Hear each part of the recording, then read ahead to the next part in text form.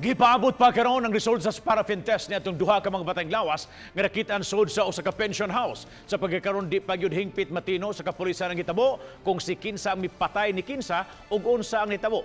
Pagkahuman kinihuman na palgan ang patayng lawas niadtong miaging gabi sa 65 anyos nga lalaki ug 22 anyos nga babae. Matud ni Senior Superintendent Roina Garma, naghuwat pa siya sa resulta sa paraffin test sa duha ka patayng lawas.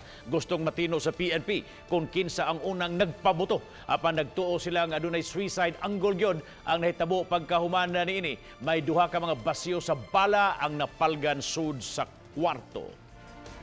Kung ang may gunpowder dito is just the lalaki, most likely siya ang bumaril sa babae. Pwede ganun. Or pwedeng kung may gunpowder yung babae, baka nauna yung babae, pagkatapos niya, kinuha na lalaki, sa sarili naman niya. Ganun. So, wala pa ako masabi kung sino ba talaga, ano ba talaga.